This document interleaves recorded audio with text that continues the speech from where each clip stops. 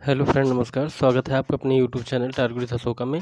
तो आज हम अपनी इस वीडियो के माध्यम से आपको इस चाहे यूपी बीओ हो, खंड शिक्षा अधिकारी, चाहे यूपी लेखपाल हो या फिर यूपी टेट हो, उसमें सभी प्रकार की परीक्षाओं में जीएस पोर्शन से पूछे जाने वाले एक टॉपिक है भारत में पंचायती राज व्यवस्था। भारत में पंचायती राज व्यवस्था से जितने भी महत्वपूर्ण प्रश्न आप सभी की परीक्षाओं में पूछे जाते हैं, उन्हीं प्रश्न श्रृंखलाओं को मैं अपनी इस वीडियो में लेकर आया हुआ हूँ। और इस वीडियोज़ के माध्यम से हम जितने भी आपके टॉपिक्स होते हैं वो वन बाय वन करके आपको हम सॉल्व कराएंगे। इस श्रृंखला में जितने भी प्रश्न लिए गए हैं वो सभी प्रश्न किसी न किसी परीक्षाओं में अवश्य पूछे गए हैं, तो बेहद इंपॉर्टेंट रहने वाली है ये प्रश्न सीरीज। तो अगर आप हमारे चैनल पर पहली बार विजिट करें, चैनल को सब्सक्राइब कर लीजिए।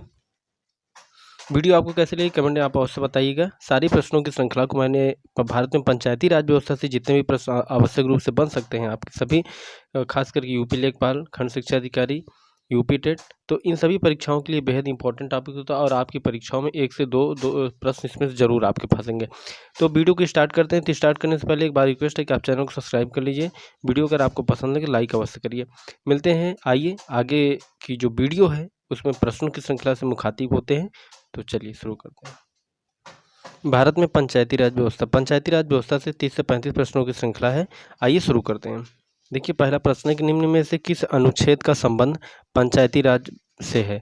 तो अनुच्छेद, देखिए इसमें 4 विकल्प दिए गए हैं और इसमें जो करेक्ट आंसर है वो आपका अनुच्छेद 243, अनुच्छेद 243 जो है का संबंध पंचायती राज से है। अगला चलते हैं प्रश्न संख्या 2 की तरफ। 73वां संविधान संशोधन किससे संबंधित है। तो 73वां जो संविधान संशोधन है वो आपका पंचायती राज प्रणाली से संबंधित है। तो 73वां संविधान संशोधन किससे संबंधित है। तो 73वां संविधान संशोधन पंचायती राज प्रणाली से संबंधित है। अगला नेक्स्ट प्रश्न है तीसरा, 73वें संविधान संशोधन में कौन सी सूची को संविधान में जोड़ा गया था। तो 73वें संविधान जो कि पंचायती राज व्यवस्था से जुड़ा हुआ है और इसमें जो अनुसूची जोड़ी गई थी 11वीं अनुसूची जोड़ी गई थी। ठीक है, 12 अनुसूची हैं टोटल, तो 12 में 11वीं अनुसूची जो आपकी आती है वो 73वें संविधान संशोधन में 11वीं अनुसूची के माध्यम से जोड़ा गया था। प्रश्न संख्या 4 की बात करते हैं, पंचायत के मुख्य कार्य कितने होते हैं। तो पंचायत की अगर बात करें तो पंचायत के मुख्य कार्य आपके 29 कार्य होते हैं। पंचायत के मुख्य कार्य कितने होते हैं, 29 कार्य होते हैं। प्रश्न संख्या 5, मूल रूप से संविधान के किस भाग में ग्राम पंचायतों की स्थापना की बात कही गई है। तो मूल रूप से अगर हम बात करें संविधान के किस भाग में ग्राम पंचायत की स्थापना की बात कही गई है, तो भाग 4 में। मूल रूप से संविधान के भाग 4 में ग्राम पंचायतों की स्थापना की बात कही गई है। प्रश्न संख्या 6 की तरफ चलते हैं। भारत में पंचायती राज अधिनियम कब लागू हुआ। तो भारत में पंचायती राज अधिनियम जो लागू हुआ आपका 24 अप्रैल 1993, 24 अप्रैल 1993 92 को इसकी संशोधन की गई, 93 से लागू हो गया। तो भारत में पंचायती राज अधिनियम जो है 24 अप्रैल 1993 से लागू हुआ है। ठीक है, तो यह 73वां संविधान संशोधन भाग 4 और इसको लागू जो हुआ 24 अप्रैल 1993। राष्ट्रीय पंचायत राज दिवस कब मनाया जाता है। तो राष्ट्रीय, याद रख लीजिएगा, ये पेपर का सभी प्रश्न बहुत ही बेहद इंपॉर्टेंट आपकी परीक्षाओं में पूछे जाते हैं। तो राष्ट्रीय पंचायती राज दिवस कब मनाया जाता है, 24 अप्रैल। 24 अप्रैल को देखिए, आप नीचे देखिए 24 अप्रैल 1993 को ये लागू किया गया, तो आप यहीं से अनुमान लगा सकते हैं कि पंचायती राज जो दिवस है 24 अप्रैल को ही मनाया जाता है। प्रश्न संख्या 8 की तरफ चलते हैं। भारत में किसके अंतर्गत पंचायती राज प्रणाली की व्यवस्था की गई है। तो भारत में जो पंचायती राज प्रणाली की व्यवस्था की गई है ये संविधान के नीति निर्देशक सिद्धांत के अंतर्गत की गई है। ठीक है, अगला प्रश्न है, पंचायती राज किस सूची में सम्मिलित है।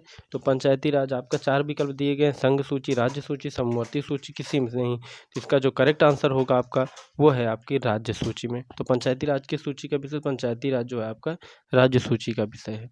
प्रश्न संख्या 10 की तरफ चलते हैं। 73वें संविधान संशोधन के अनुसार पंचायती राज संस्था का कार्यकाल कितने वर्ष रखा गया है। तो 73वें संविधान संशोधन जो पंचायती राज व्यवस्था से जुड़ा हुआ है और इसका जो कार्यकाल है वो 5 वर्ष रखा गया है। प्रश्न संख्या 11 की तरफ चलते हैं। पंचायती राज सर्वप्रथम कहाँ परिवर्तित किया गया।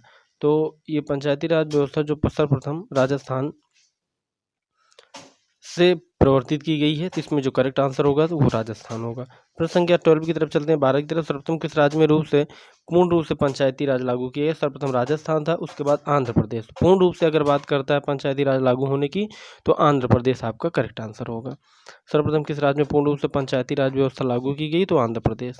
प्रश्न संख्या 13 की तरफ, भारत में सबसे पहले राजस्थान में पंचायती राज की स्थापना कब हुई। 1959। तो मैंने आपसे बताया कि सबसे पहले जो पंचायती राज व्यवस्था है वो आपकी राजस्थान फिर आंध्र प्रदेश में लागू हुई पूर्ण रूप से। तो सबसे पहले राजस्थान में पंचायती राज व्यवस्था 1959 में लागू की गई। पंचायत के चुनाव कराने हेतु निर्णय किसके द्वारा लिया जाता है? तो राज्य सरकार का है, राज्य सूची का विषय है ये। तो राज्य पंचायत के चुनाव कराने हेतु निर्णय राज्य सरकार द्वारा लिए जाते हैं। प्रश्न संख्या 15 की तरफ चलते हैं। पंचायती राज संस्थाओं के निर्वाचन हेतु कौन उत्तरदायी होता है? तो मैंने आपसे बताया कि पंचायती राज संस्थाओं के निर्वाचन हेतु राज्य निर्वाचन आयोग, ये स्टेट इलेक्शन कमीशन जो होता है वो काम करता है। प्रश्न संख्या 16 की तरफ बात करें हम, तो निम्न में से किस समिति की सिफारिशों के आधार पर भारत में पंचायती राज का उदय हो? देखिए जो पंचायत समिति थी, ये द्विस्तरीय त्रिस्तरीय पंचायत समिति, ये तो हमने अपनी जो ऑफलाइन क्लासेज जो चलती हैं हमारी, उसमें मैंने आपको फुल डिटेल्स समझाया हुआ है। तो किस समिति की सिफारिश के आधार पर भारत में पंचायती राज को? तो बलवंत राय मेहता की समिति पर इसका हुआ। अन्य समिति कमेटी में जैसे अशोक मेहता समिति, बलवंत राय, तो इसमें जो आपका पंचायती राज का जो है वो बलवंत राय मेहता समिति करेक्ट होगा। अगला प्रश्न है, भारत के पंचायती राज व्यवस्था का वास्तुकार किसे कहा जाता है? तो BR मेहता। तो भारत का पंचायती राज व्यवस्था का जो वास्तुकार हैं वो BR मेहता माने जाते हैं। तो भारत के पंचायती राज व्यवस्था का वास्तुकार किसे कहा जाता है? तो BR मेहता। प्रश्न संख्या 18 की तरफ चलते हैं। सही मायने में भारतीय स्थानीय स्वशासन का जनक किसे कहा जाता है? तो सही मायने में अगर भारतीय स्थानीय स्वशासन की बात करें तो लॉर्ड रिपन को स्थानीय स्वशासन का जनक माना जाता है। तो स्थानीय स्वशासन का जनक किसे माना जाता है? तो लॉर्ड रिपन को माना जाता है। 19 प्रश्न की तरफ चलते हैं। भारत में पंचायती राज व्यवस्था लाने के पीछे मुख्य उद्देश्य क्या था? तो सत्ता का विकेंद्रीकरण करके जनमानस को राजनीति से जोड़ना था। तो सत्ता का जो विकेंद्रीकरण था उसको करके संपूर्ण जनमानस को राजनीति से जोड़ना था। अशोक मेहता समिति ने पंचायती राज व्यवस्था के अंतर्गत कितने स्तरीय ढांचे की स्थापना की सलाह दी? मैंने अभी बताया था कि 2 स्तरीय त्रिस्तरीय कई सारी पंचायती समिति थी। तो इसमें आपका जो अशोक मेहता समिति है 2 स्तरीय पंचायत समिति थी, ठीक है। तो अशोक मेहता समिति ने पंचायती राज व्यवस्था के अंतर्गत कितने स्तरीय स्थापना की? तो आपको होगा द्विस्तरीय या फिर 2 स्थापना सलाह दी द्विस्तरीय की। अशोक मेहता समिति ने किन 2 स्तरों की बात की है? तो हम आपको बताते हैं। देखिए अशोक मेहता समिति ने किन 2 स्तरों की बात की है? तो इसमें आपका होगा ये बी और सी मंडलीय पंचायत और जिला परिषद। भारत के कितने स्तरीय पंचायत राज की स्थापना की बात की गई है? भारत में कितने स्तरीय? बलवंत राय मेहता समिति अर्थात 3 स्तरीय पंचायत समिति जो है उसे माना गया। तो 3 स्तरीय आपका सही होगा। 23वां प्रश्न, प्रायः पंचायत समिति में कितने प्रकार के सदस्य होते हैं? तो पदेन, सहयोगी और सहयोजित। मैंने बताया हुआ है आप सभी को कि प्रायः पंचायत समिति में कितने प्रकार के सदस्य पदेन होते हैं, सहयोगी होते हैं और सहयोजित होते हैं। तीनों प्रकार के सदस्य शामिल किए जाते हैं। निम्न में से किस पद्धति की स्थापना प्रत्यक्ष चुनाव के आधार पर की जाती है? तो निम्न में से किस पद्धति की स्थापना प्रत्यक्ष चुनाव के आधार पर की जाती है? तो ग्राम पंचायत। तो ग्राम पंचायत आपका 24 क्वेश्चन का एकदम करेक्ट आंसर होगा। पंचायत में सभी स्तरों पर महिलाओं के लिए कितने प्रतिशत? आप सभी जानते हैं कि 1/3 होता है। तो जो पंचायत के सभी स्तरों पर महिलाओं के लिए जो कितने पद आरक्षित किए जाते हैं? 1/3। यदि पंचायत भंग होती है तो कितनी अवधि के अंदर निर्वाचन होना अनिवार्य होता है? तो आप सभी जानते हैं कि यदि पंचायत भंग होती है तो ये सभी 6 माह के लिए अंदर निर्वाचन कराया जाना अनिवार्य माना जाता है। पंचायत चुनाव के लिए उम्मीदवार की आयु 21 वर्ष होती है। आप सभी जानते हैं कि पंचायत चुनाव के लिए उम्मीदवार की आयु जो होती है वो 21 वर्ष होती है। सरपंच एवं उप सरपंच की अनुपस्थिति में ग्राम सभा की बैठक की अध्यक्षता कौन करता है?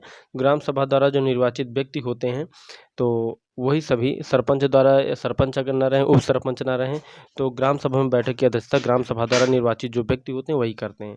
29 प्रश्न की बात कर लेते हैं। पंचायती राज संस्थाएं अपनी निधि हेतु किस पर निर्भर रहती हैं? तो पंचायती राज संस्थाएं जो होती हैं वो अपनी निधि हेतु सरकार द्वारा दिए जाने वाले अनुदान, सरकार द्वारा जो अनुदान दिए जाते हैं उसी पर ही निर्भर होती हैं पंचायती राज संस्थाएं। 30 क्वेश्चन है। ग्राम पंचायतों की आय का स्रोत क्या होता है? तो आप सभी जानते हैं, ये मैंने पूरा बताया कि ग्राम पंचायतों के क्या क्या कार्य होते हैं, उनका आय का स्रोत क्या होता है। तो आप सभी जानते हैं मेले और बाजार में लगने वाले कर, पशुओं के से संबंधित कर, चराई कर, ठीक है। तो इस तरीके से संबंधित हैं मेले और बाजार में लगने वाले कर होते हैं। 30 प्रश्नों की श्रृंखला को लेकर मैं आज बीच हाजिर हुआ। अन्य और भी प्रश्न अन्य टॉपिक से रिलेटेड जो होते हैं वो मैं आपके बीच लेकर आता रहूँगा ऐसे ही वीडियोज़ के माध्यम से। ये प्रश्न यूपी लेखपाल में ग्रामीण परिवेश से संबंधित भी काफ़ी वीडियो को मैंने ऐड किया हुआ है, इसमें प्रश्नों को ऐड किया हुआ है। यूपी लेखपाल की संपूर्ण तैयारी के लिए आप चैनल को सब्सक्राइब कर लीजिए। समय समय पर मैं अपनी ऐसी ही वीडियोज़ प्रत्येक टॉपिक से लेकर आपके बीच आता रहूँगा, जैसे कि महाजनपद काल, वैदिक संस्कृति, इस तरीके से सारी वीडियोज़ मैं आपको टॉपिक बाय टॉपिक ऐसे ही प्रश्नों की श्रृंखला लेकर हल कराऊँगा। कि अगर वीडियो को पहली बार आप देख रहे हैं तो आप चैनल को सब्सक्राइब कर लीजिए। अगर वीडियो पसंद आई तो लाइक कर लीजिए, शेयर करना बिल्कुल ना भूलें। तो नेक्स्ट एक टॉपिक को लेकर फिर मैं आऊँगा और ऐसे ही प्रश्नों को हल कराऊँगा और फिर इसी तरीके से आपको पूरा सिलेबस मैं कंप्लीट कराऊँगा। मिलते हैं नेक्स्ट वीडियो में, तब तक के लिए नमस्कार।